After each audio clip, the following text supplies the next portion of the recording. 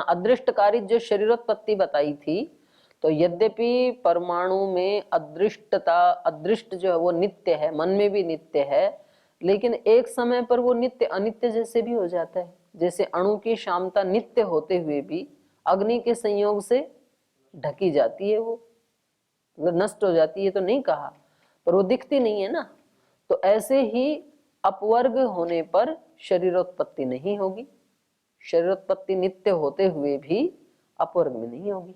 ये इन्होंने अपवर्ग की समस्या का समाधान बताया। यथा अणोः शामता नित्या, जैसे अणु में शामता गुण नित्य है, अग्नि संयोगेन प्रतिविद्धा, लेकिन वही अग्नि का संयोग होने से नष्ट हो जाती है वो शामता। न पुनः उत्पद्यते, और फिर दोबारा कभी उत्पन्न नहीं होती उस घड़े में वो शामता। एवं अदृष्टकारितम शरीरम अपवर्गे पुनः नोत्पद्यते इति। तो इस प्रकार अदृष्टकारित जो शरीर है ये अपवर्ग में उत्पन्न नहीं होगा। यद्यपि परमाणु नित्य है और मन भी नित्य है, लेकिन वो जैसे ही अपवर्ग का संयोग होगा उसके साथ तो वो नष्ट हो जाएगा और फिर कभी उत्पन्न नहीं होगा। तो इसका उत्तर दे रहे हैं, पूर्व पक्षी ने जो समाधान दिया उसमें दोष दिखा रहे हैं। नाकृता अभ्यागम प्रसंगात, कह रहे नहीं, न अकृत अभ्यागम प्रसंगात, अकृत के अभ्यागम का दोष आने लगेगा यदि आप ऐसे मानेंगे तो। न अयम अस्ति दृष्टांत, ये जो अणु का आपने दृष्टांत दिया है ये उचित नहीं है, क्योंकि अणु में जो शामता आई थी वो कर्म निरपेक्ष भूतों से आई थी क्या? माने भूतों की कर्म निरपेक्षता उसमें हेतु थोड़ी बनी थी उस शामता में। तो ये तो शरीरोत्पत्ति में ये दृष्टांत तो उचित नहीं है, क्योंकि प्रसंग यहाँ पर क्या चल रहा है, निरपेक्ष भूतों से, कर्म निरपेक्ष भूतों से शरीर की उत्पत्ति होती है। तो बोले कर्म निरपेक्ष भूतों से शरीर की उत्पत्ति यदि होती है तो अपवर्ग में भी होने लगेगी फिर तो, क्योंकि वो तो नित्य है। बोले नहीं, अपवर्ग में तो नहीं होगी, नित्य चीज भी नष्ट हो जाती है जैसे कि अणु शामता। तो ये कह रहे हैं न अयम अस्ति दृष्टांत, ये दृष्टांत उचित नहीं है। अकस्मात अकृत अभ्यागम प्रसंगात, अकृतम, अकृतम का अर्थ है प्रमाण तो अनुपपन्नम, कोई नित्य चीज नष्ट हो जाती हो इसका कोई प्रमाण नहीं है ना। तो आप जो बात कह रहे हैं ये क्या है, प्रमाण तो अनुपपन्नम, प्रमाण से सिद्ध नहीं होती है। तस्य अभ्यागमो अभ्युपपत्ति व्यवसाय एतत् श्रद्धानेन प्रमाण तो अनुपपन्नम मंतव्यम। तस्य अभ्यागम, उसका अभ्यागम, और उसको को कहा अभ्युपपत्ति। अभ्युपपत्ति माने स्वीकार की आपत्ति। तो तस्य अभ्यागमो अभ्युपपत्ति व्यवसाय, उसका ये जो निश्चय है, एतत् श्रद्धानेन माने ऐसी श्रद्धा रखने वाला ये जो पूर्व पक्षी है इसके द्वारा ये मानना पड़ेगा कि प्रमाण तो अनुपपन्नम, भाई प्रमाण से तो ये उपपन्न नहीं हो पाएगी इसकी बात, तो अप्रामाणिक है मेरी बात, ये आपको मानना पड़ेगा, क्योंकि प्रमाण तो इसका कोई भी मिलता नहीं है। तस्मात् नायम दृष्टांतो, इसलिए ये दृष्टांत आपका उचित नहीं है। क्यों उचित नहीं है? न प्रत्यक्षम न च अनुमानम किंचित उच्यते इति, ना तो इसका कोई प्रत्यक्ष प्रमाण मिलता है और ना तो अनुमान प्रमाण से ही ये बात सिद्ध होती है। तदिदम दृष्टान्तस्य साध्य समत्वम अभिधीयते इति, इसलिए ये जो दृष्टांत है आपका ये क्या है, साध्य सम कोटि का है, क्योंकि इसमें इन्होंने जो बताया ना अणु की नित्यता, तो ये तो तब बने कि जब ये सिद्ध हो जाए कि अणु में जो शामता है वो कर्म निरपेक्ष भूतों से आई है। तो ऐसे ही कर्म निरपेक्ष भूतों से शरीर की उत्पत्ति हो जाती है और ये शामता जैसे अग्नि के संयोग से नष्ट हो जाती है वैसे ही वो शरीर अपवर्ग के संयोग से नष्ट हो जाएंगे, तब तो ये बने। लेकिन ये तो अभी सिद्ध ही नहीं हुआ कि इस अणु में ये शामता निरपेक्ष भूतों से आई है क्या। अथवा नाकृत अभ्यागम प्रसंगात, अब बता रहे हैं दूसरे ढंग से इसका अर्थ कर रहे हैं। अणुशामता अदृष्टान्तेन अकर्म निमित्तानां शरीरोत्पत्तिं समादधानस्य अकृत अभ्यागम प्रसंगः। अणुशामता दृष्टान्तेन, अणुशामता का जो दृष्टांत है उससे अकर्म निमित्ताम शरीरोत्पत्तिम, बिना कर्म के अपेक्षा के शरीर की जो उत्पत्ति है उसका समाधान किया गया है। समाधानस्य, तो ये जो समाधान करने वाला व्यक्ति है इसका अकृत अभ्यागम प्रसंग, इसमें अकृत अभ्यागम का प्रसंग उपस्थित होने लगेगा।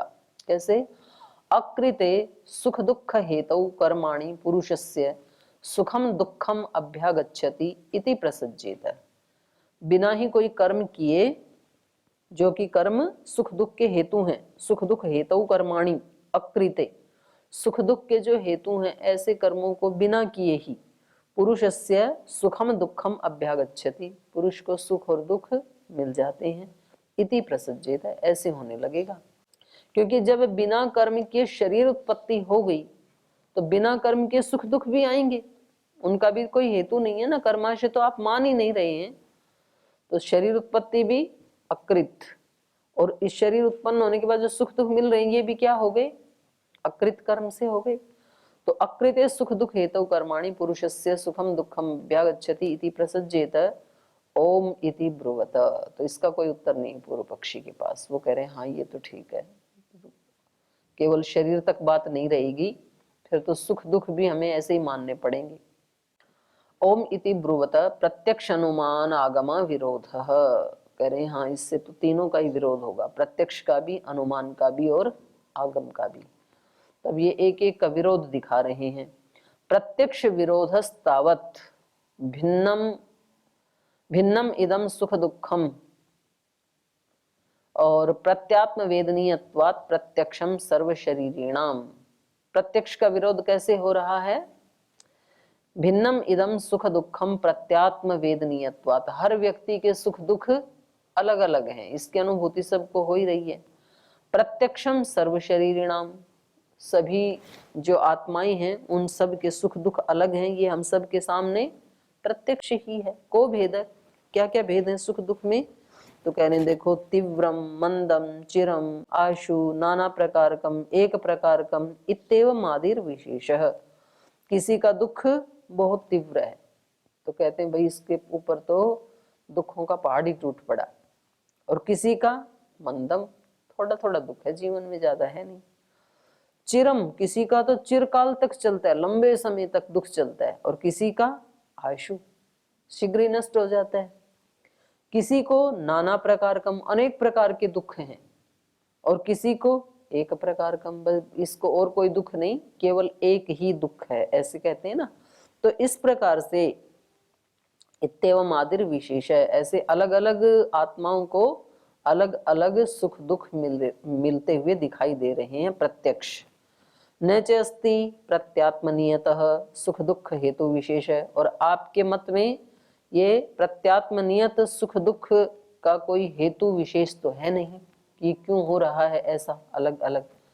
न च अस्ति हेतु विशेषे, और जब हेतु विशेष नहीं है तो फल विशेषो न दृश्यते, फल विशेष भी नहीं दिखना चाहिए आपके मत में। तो माने सुख दुख जो अलग अलग दिख रहे हैं वो नहीं दिखने चाहिए, हेतु ही नहीं है। तो कर्म निमित्त हेतु, लेकिन जब हम हमारे सिद्धांत से कर्म निमित्त मानते हैं शरीरोत्पत्ति और सुख दुख आदि, तो फिर तो ठीक है। कर्म निमित्त हेतु सुख दुख योगे कर्मणाम तीव्र मंदतो उपपत्ते, हमारे जो कर्म थे जो सुख दुख के हेतु पुण्य पाप, उनकी मंदता या तीव्रता के ऊपर ये निर्भर करता है कि भाई घोर पाप किया तो घोर दुख मिलेगा, घोर पुण्य किया तो घोर सुख मिलेगा, मंदा मंदा पाप किया तो मंदा मंदा दुख मिलेगा, मंद मंद पुण्य किया तो मंद मंद सुख मिलेगा। तो वो उसके ऊपर निर्भर करता है। तो हमारे पास तो इसका रीजन है साइंटिफिक, आपके पास नहीं है।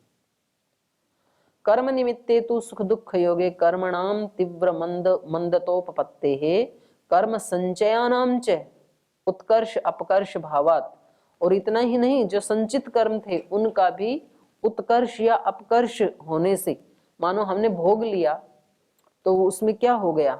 अपकर्ष हो गया, और हमने पुण्य बढ़ा लिए तो उत्कर्ष हो गया जो संचित कर्म थे। तो उत्कर्ष अपकर्ष भावात नाना विध एक विध भावाच्य कर्मणाम सुख दुख भेदोपपत्ति। तो इस कारण से कर्मों की और जो उन कर्मों के फल हैं सुख दुख, उनके भेद की उपपत्ति हो जाती है हमारे पक्ष में, तो आपके पक्ष में नहीं हो पाएगी। सो अयम हेतु भेद अभावात दृष्टः सुख दुख भेदो न स्यात् इति प्रत्यक्ष विरोधः। तो ये जो आपका कहना था कि हेतु भेद अभावात, आपके मत में हेतु के भेद का अभाव होने से, हेतु का भेद क्या है? कर्मों का भेद, वैविध्य, वही तो है हेतु, तो वो है नहीं आपके मत में। तो इसलिए सुख दुख भेदो न स्यात्, सुख दुख का भी भेद नहीं होना चाहिए। लेकिन हम तो देखते हैं आपके जीवनों में भी सुख दुख का भेद तो है। तो ये क्या हो गया? आपका सिद्धांत प्रत्यक्ष विरोध, आपके अपने ही जीवनों में जो प्रत्यक्ष है उसका विरोध कर रहा है। तथा अनुमान विरोध दृष्टम ही पुरुष गुण व्यवस्थानात् सुख दुख व्यवस्थानम। और बोले अनुमान में भी, अनुमान प्रमाण का भी विरोध ही है आपका सिद्धांत। कैसे? दृष्टम ही पुरुष गुण, देख अनुमान प्रमाण में ऐसे कि पुरुष में कोई एक गुण ऐसा देखा जाता है जिसके व्यवस्थानात्, उस गुण की व्यवस्था से सुख दुख व्यवस्थानम, सुख दुख व्यवस्थित होते हैं। वो गुण कौन सा है इस पुरुष में? प्रयत्न। जो जैसा प्रयत्न करता है उसको उसी के अकॉर्डिंग सुख या दुख मिलता है। दुख वाले कर्मों के लिए प्रयत्न करता है तो दुख मिलेगा, सुख वालों के लिए करता है तो सुख मिलेगा। तो पुरुष गुण प्रयत्न ऐसा है। दृष्टम ही पुरुष गुण व्यवस्थानात् सुख दुख व्यवस्थानम। यह खलु चेतनावान, जो चेतनावान है वो साधन निर्वर्तनीयम सुखम बुद्ध्वा तदीप्सन साधन अवाप्तये प्रयतते। बोले जो भी चेतनावान आत्मा है वो क्या करता है? साधन निर्वर्तनीयम सुखम, साधन से उत्पन्न होने वाले सुख को बुद्ध्वा जान करके, तदीप्सन साधन अवाप्तये प्रयतते, तो उसको चाहता हुआ साधन की प्राप्ति के लिए प्रयत्न करता है। तो कौन सा गुण है ये? प्रयत्न। पहले वो ये जानता है इस बात को कि ये जो सुख है ये इस साधन से उत्पन्न हो सकता है, और फिर उस साधन की इच्छा करता हुआ उसकी प्राप्ति के लिए वो यत्न करता है। इसको पता लगता है कि भाई ये वाली गाड़ी यदि हमारे पास आ जाए तो हम दिल्ली 3 घंटे में पहुंच सकते हैं, तो हमें सुख मिलेगा ना। तो इस सुख का साधन क्या है? गाड़ी। और फिर उस गाड़ी को चाहता हुआ उसके लिए प्रयास करेगा, नौकरी करेगा, पैसे जोड़ेगा। तो वो कह रहे हैं साधन निर्वर्तनीयम सुखम बुद्ध्वा तदीप्सन साधन अवाप्तये प्रयतते स सुखेन युज्यते। और जब प्रयत्न करता है तो वो सुख से युक्त हो जाता है। न विपरीतः, जो प्रयत्न नहीं करता है वो सुख से युक्त नहीं होता है। यश्च साधन निर्वर्तनीयम दुखम बुद्ध्वा तज्जिहासु साधन परिवर्जनाय यतते स दुखेन त्यजते न विपरीतः। और कह रहे हैं उसी प्रकार से यश्च, जो व्यक्ति, जो आत्मा, साधन निर्वर्तनीय दुखम बुद्ध्वा, साधन से उत्पन्न होने वाले दुख को जान करके, तज्जिहासु, उसको छोड़ने की इच्छा वाला, कि भाई ये दुख मेरे जीवन में क्यों आ रहा है, भाई ये इस कारण से आ रहा है, तो उस कारण को, उस साधन को फिर वो छोड़ना चाहता है। और साधन परिवर्जनाय यतते, फिर उस साधन को छोड़ने के लिए वो यत्न करता है। मानो किसी को बीड़ी सिगरेट शराब किसी भी साधन से दुख आ रहा है तो उस साधन को छोड़ने के लिए फिर वो यत्न करता है, बुराई को छोड़ने के लिए यत्न करता है। स दुखेन त्यजते, तो वो दुख से छूट जाता है। न विपरीत, दूसरे नहीं छूटते। जो यत्न करेगा वो छूट जाएगा, जो यत्न नहीं करेगा वो नहीं छूटेगा। तो ये सुख दुख का हेतु हम सब मनुष्यों में क्या है? एक गुण यत्न, प्रयत्न। ना विपरीत का मतलब ऐसे भी हो सकता है कि मतलब ऊपर की उसको ही मतलब पुष्ट करने के लिए दोबारा बोला जा रहा है। ठीक है, उसको भी आप कह सकते हो। स दुखेन त्यजते न विपरीत, वो दुख से तो छूट जाएगा, सुख से नहीं छूटेगा। लेकिन ये बात ये नहीं कह रहे हैं। ये कह रहे हैं ये क्योंकि इनको यत्न को पुष्ट करना है ना, तो जो यत्न करेगा वो तो दुख से छूट जाएगा, न विपरीत है। इसके विपरीत वाला माने यत्न न करने वाला, क्योंकि इनको ये यत्न गुण दिखाना है यहाँ पर। तो जो यत्न नहीं करेगा वो नहीं छूटेगा। अस्ति च इदम यत्नम अंतरेण चेतनानाम सुख दुख व्यवस्थापनम तेनपि चेतन गुणांतर व्यवस्था कृतेन भवितव्यम इति अनुमानम।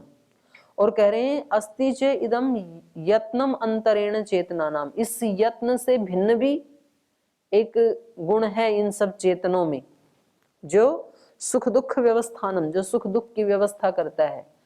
तेन अपि चेतन गुणांतर व्यवस्था कृतेन, वो क्या है अन्य गुण, वो है कर्माशय। कर्माशय भी से भी तो सुख दुख मिलता है ना। तो कह रहे हैं तेन अपि, तेन माने कर्माशयन, तेन कर्माशयन अपि चेतन गुणांतर व्यवस्था कृतेन, सुख दुख के जो व्यवस्था की जाती है वो भी भवितव्यम इति अनुमानम, माने वो जो कर्माशय है पुण्य या पाप का, वो भी यत्न से ही किया जाता है। माने उसके भी मूल में यत्न ही है, ये कहना चाह रहे हैं। भाई कोई यत्न कम करेगा तो पुण्यात्मक कर्माशय थोड़ा हल्का बनेगा, कोई ज्यादा यत्न करेगा तो ज्यादा पुण्य वाला बनेगा। तो सुख दुख का हेतु एक दूसरा भी चीज है, वो है कर्माशय, धर्माधर्म कर्माशय। पर उस धर्माधर्म कर्माशय को बनाने में भी प्रयत्न ही काम आता है। तो चेतना का जो गुणांतर है अर्थात कर्माशय अदृष्ट, चेतना का गुणांतर है अदृष्ट, तो उसके गुणांतर व्यवस्था कृतेन भवितव्यम इति अनुमानम, ये हम अनुमान प्रमाण से जान रहे हैं। कोई कहे कि जी ये जो पाप पुण्य का कर्माशय है ये सब का भिन्न भिन्न क्यों हुआ, सुख दुख अलग मिल रहे हैं ना कर्माशय के कारण, तो कर्माशय भिन्न क्यों हुआ। तो बोले हम अनुमान प्रमाण से ये जान सकते हैं कि वहां भी किसी ने प्रयत्न कम किया और किसी ने प्रयत्न ज्यादा किया, इसलिए कर्माशय में भेद आया। तदेतत् अकर्म निमित्ते सुख दुख योगे विरुद्धते इति। तो कह रहे हैं इस प्रकार से ये जो आपका सिद्धांत है अकर्म निमित्त वाला सुख दुख के योग में, इसका ये विरोध करता है हमारा सिद्धांत, माने हमारे सिद्धांत के विरुद्ध पड़ता है आपका, क्योंकि अकर्म निमित्त तो सुख दुख का योग हो ही नहीं सकता है ना। तच्च गुणांतरम असंवेद्यत्वात् अदृष्टम, हाँ उसी को कह रहे हैं कि ये जो गुणांतर जिसकी हम बात कर रहे हैं ना, इसको कोई व्यक्ति सीधा सीधा नहीं देख सकता है कर्माशय आदि को। तच्च गुणांतरम असंवेद्यत्वात्, उसका संवेदन न होने के कारण ही तो उसको क्या कहा जाता है, अदृष्टम। इसीलिए तो अदृष्ट कहते हैं कि उसको देख नहीं सकते ना हम। लेकिन विपाक काल नियमाच्च व्यवस्थितम, लेकिन उसका ये भी नहीं पता है कि वो जो अदृष्ट है वो कब उसका विपाक होगा, कौन से काल में होगा, तो उसका भी कोई नियम नहीं है। वो कब फल देगा, मतलब जो हमने कर्म किया हो सकता है कि करोड़ों वर्ष पहले किया हुआ कोई कर्म और आज फल दे जाए, ये भी तो हो सकता है ना। तो उसको अदृष्ट इसीलिए कहते हैं। तच्च गुणांतरम असंवेद्यत्वात् अदृष्टम विपाक काल अनियमात्, उसके विपाक काल का कोई नियम न होने के कारण विपाक काल नियमाच्च अव्यवस्थितम, वो व्यवस्थित नहीं है कि किस काल में कौन सा कर्म फल देगा, तो वो अदृष्ट अव्यवस्थित है। बुद्ध्यादयस्तु संवेद्यश्च अपवर्गिणश्च इति, हाँ जो आत्मा के बुद्धि आदि गुण है, ज्ञान आदि गुण है, उनको तो संवेद्य, उसको तो महसूस कर सकते हैं, हम करते ही हैं। और संवेद्यश्च अपवर्गिणश्च, और वो तो नष्ट होने वाले भी हैं। तो इनकी दृष्टि में ज्ञान क्या है, इंद्रियार्थ सन्निकर्षोत्पन्नम ज्ञानम, इंद्रिय और अर्थ के सन्निकर्ष से जो हमें ज्ञान हो रहे हैं उनको तो हम देख सकते हैं, माने महसूस कर सकते हैं, और वो नष्ट भी हो जाते हैं। लेकिन ये जो अदृष्ट है, ना तो इसको देख सकते हैं और ना ही ये नष्ट होता है। ये कब किस काल में कहाँ क्या फल देगा कहा नहीं जा सकता है। ये हमने कैसे जाना, अनुमान प्रमाण से, क्योंकि उसका प्रत्यक्ष नहीं हो सकता है। तो आपका ये जो है तदेतत अकर्म निमित्ते सुख दुख योगे, ये अनुमान विरुद्धते, ये अनुमान प्रमाण का भी विरोध करता है। प्रत्यक्ष का भी विरोधी है, अनुमान का भी विरोधी है। अथ आगम विरोध, आपका मत आगम से विरुद्ध कैसे है? बहु खलु इदम आर्षम ऋषीणाम उपदेश जातम अनुष्ठान परिवर्जनाश्रयम उपदेश फलम च शरीरिणाम वर्णाश्रम विभागेन अननुष्ठान लक्षणा प्रवृत्ति परिवर्जन लक्षणा निवृत्ति तच्च उभयम एतस्याम दृष्टौ नास्ति कर्म सुचरितम दुश्चरितम वा। आगम प्रमाण से कैसे विरुद्ध है आपका मत, वो दिखा रहे हैं। बहु खलु इदम आर्षम, बहुत सारा हमारे पास आर्ष साहित्य है, और उसी को कहा ऋषिणाम उपदेश जातम, जो कि ऋषियों का उपदेश है। उसके अनुष्ठान परिवर्जनाश्रयम उपदेश फलम, उस उपदेश का फल क्या है? अनुष्ठान और परिवर्जना, विधि निषेध। वो उपदेश में कहते हैं ये करो ये मत करो, तो वो आश्रय है उसका। शरीरिणाम वर्ण आश्रम विभागेन अनुष्ठान लक्षणा प्रवृत्ति, जो ये आत्माएं हैं उनके वर्णाश्रम विभाग से, उनके अलग अलग वर्णाश्रम, ब्रह्मचर्य और गृहस्थ, वानप्रस्थ, सन्यासी आदि ऐसे ऋषियों ने वर्णाश्रम व्यवस्था का विभाग करके और उनके करने योग्य कर्मों का विधि और निषेध का वो किया है।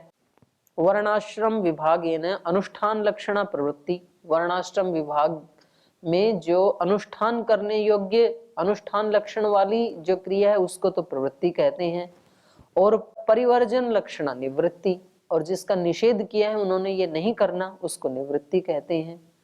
तच्च उभयम एतस्याम दृष्टौ नास्ति, तो ये विधि निषेध आपके मत में नहीं आएगा, क्योंकि जब कोई कर्म नहीं, कोई कर्माशय नहीं, कोई सुख दुख नहीं, सुख दुख भी ऐसे ही हो रहे हैं और शरीरों की उत्पत्ति भी ऐसी हो रही है अकर्म निमित्त, तो बंदा कर्म करेगा क्यों? परिवर्जनीय को छोड़ेगा क्यों? और अनुष्ठानीय का अनुष्ठान करेगा क्यों? तो कह रहे तच्च उभयम, ये हमारे यहाँ जो विधि निषेध है ये दोनों एतस्याम दृष्टौ नास्ति, इस पूर्व पक्षी की दृष्टि में नहीं होंगे। ये कर्म सुचरितम दुश्चरितम वा, सुचरित कर्म या दुश्चरित कर्म भी इसकी दृष्टि में नहीं होंगे। और कर्म निमित्त पुरुषाणाम सुख दुख योग इति विरुद्धते, और जो हम कहते हैं कि भाई कर्म के निमित्त से लोगों के सुख दुख का योग होता है, इसका भी विरोध है आपका सिद्धांत। तो आपका जो सिद्धांत है वो प्रत्यक्ष, अनुमान और आगम तीनों प्रमाणों के विरुद्ध जाता है। तो जो तीनों प्रमाणों के विरुद्ध जाएगा वो तो प्रामाणिक नहीं माना जा सकता, उचित नहीं माना जा सकता। सा इयम पापिष्ठानाम मिथ्या दृष्टि, ये जो आपका जो सिद्धांत है ये क्या है? पापिष्ठानाम मिथ्या दृष्टि, पापियों की मिथ्या दृष्टि माने अज्ञानियों की मिथ्या दृष्टि है। अकर्म निमित्त शरीर सृष्टि, अकर्म निमित्त सुख दुख योग इति, ये वाली जो बात है कि बिना कर्म के निमित्त के ही शरीर उत्पन्न हो जाते हैं और बिना किसी कर्म के निमित्त के ही सुख दुख का योग हो जाता है, ये वृत्ति, ये उपदेश उचित नहीं है। ये तो मिथ्या दृष्टि है, सम्यक दृष्टि नहीं है। ये तो कठोर शब्द का प्रयोग किया। इति त्रयोदशभिः सूत्रैः शरीरस्य अदृष्ट निष्पाद्यता प्रकरणम, तो ये आपका यहाँ पर तृतीय अध्याय संपन्न हुआ। तो अब यहाँ तक हमने आत्मा, शरीर, इंद्रिय, अर्थ, बुद्धि, मन, इतने प्रमेयों की परीक्षा कर ली तीसरे अध्याय तक। अब कह रहे हैं मनसो अनंतरा प्रवृत्ति ही, अथ चतुर्थ अध्यायस्य आद्यम आहनिकम मनसो अनंतरा, मन के बाद, प्रवृत्ति ही परीक्षितव्या, अब प्रवृत्ति की परीक्षा करनी चाहिए। तत्र खलु यावत् धर्माधर्माश्रय शरीर आदि परीक्षितम सर्वा सा प्रवृत्ते परीक्षा इति आह। तो कहने प्रवृत्ति की तो अलग से क्या परीक्षा करें, जो अभी तक आपने धर्म अधर्म का आश्रय जो शरीर आदि हैं इन शरीर आदियों की जो परीक्षा की है, सर्वासा प्रवृत्ते है परीक्षा, तो प्रवृत्ति की परीक्षा तो उसी में ही आ गई, क्योंकि प्रवृत्ति का लक्षण क्या है? वाग बुद्धि शरीरारंभ प्रवृत्ति। तो वाणी से और बुद्धि से, शरीर से जो किया जाता है वही तो प्रवृत्ति। और शरीर की हमने कितनी लंबी चौड़ी अभी परीक्षा कर ही ली है, तो प्रवृत्ति की भी परीक्षा हो गई है। तो इसलिए सूत्रकार ने कहा प्रवृत्तिर यथोक्ता। यथोक्ता का मतलब है प्रवृत्ति वाग बुद्धि शरीरारंभ जो कहा है, तथा परीक्षिता इति, वैसी हमने परीक्षा कर ली है, जैसा उसका लक्षण बताया वो वैसी ही है। तो ठीक है जी, प्रवृत्ति की भी परीक्षा हो गई, एक ही मिनट में हो गई ये तो। प्रवृत्ति के बाद आते हैं दोष, इनकी परीक्षा होनी अपेक्षित है। प्रवृत्त्यनंतरास्तर्हि दोषः परीक्षन्ताम इति इत्यतः आह। प्रवृत्ति के बाद जो आने वाला प्रमेय है वो है दोष, तो इनकी परीक्षा करते हुए यहाँ कह रहे हैं तथा दोषाः। जैसे प्रवृत्ति की परीक्षा हो गई वैसे दोषों की भी परीक्षा हो ही गई, क्योंकि प्रवृत्ति में ही तो दोष होते हैं ना। परीक्षिता इति कहने ये भी परीक्षा, इनकी भी परीक्षा हो गई। बुद्धि समान आश्रयत्वात् आत्मगुणाः प्रवृत्ति हेतुत्वात् पुनः भव प्रतिसंधान सामर्थ्याच्च संसार हेतवः। कह रहे हैं बुद्धि समान आश्रयत्वात्, ज्ञान कहाँ रहता है? आत्मा में। तो ऐसे ही दोष भी कहाँ रहते हैं? आत्मा में।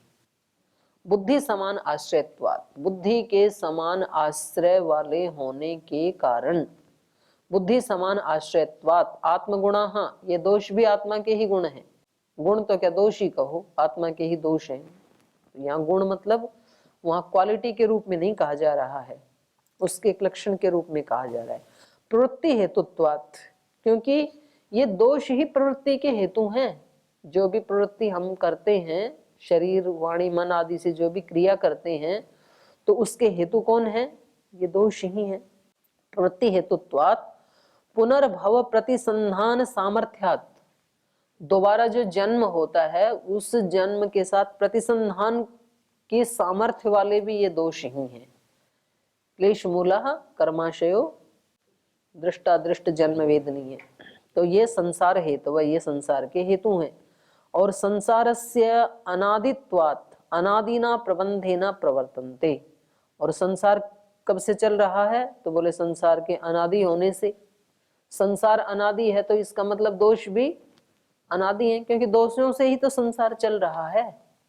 तो ये हमारे दोष भी कब आ गए हमारे अंदर? अनादि काल से। संसारस्य अनादित्वात् अनादिना प्रबंधेना प्रवर्तन्ते, अनादि प्रवाह से ये प्रवृत्त हो रहे हैं। मिथ्या ज्ञान निवृत्ति ही तत्व ज्ञानात् तन्निवृत्तौ, बोले अनादि काल से चल तो रहे लेकिन अनंत काल चलेंगे ऐसा नहीं है। अनादि तो है पर अनंत नहीं है। मिथ्या ज्ञान निवृत्ति ही, जब मिथ्या ज्ञान की निवृत्ति हो जाती है और तत्व ज्ञानात् तत्व ज्ञान की उपपत्ति हो जाती है, तो तत्व ज्ञान से तन्निवृत्तौ, ये दोष निवृत्त हो जाते हैं। कौन से? राग द्वेष मोह प्रबंधोच्छेद अपवर्ग इति, इन राग द्वेष आदि दोषों का उच्छेद होने से फिर अपवर्ग की प्राप्ति हो जाती है। प्रादुर्भाव तिरोधान धर्म का इत्येवम् आद्योक्तम दोषाणाम इति, तो ये दोष कैसे हैं? प्रादुर्भाव और तिरोभाव, माने हट भी जाते हैं उत्पन्न भी हो जाते हैं, ऐसे धर्म वाले हैं ये। तो आगे फिर अगले पाठ में पढ़ेंगे। आज समय हुआ, यही विराम लेते हैं। ओम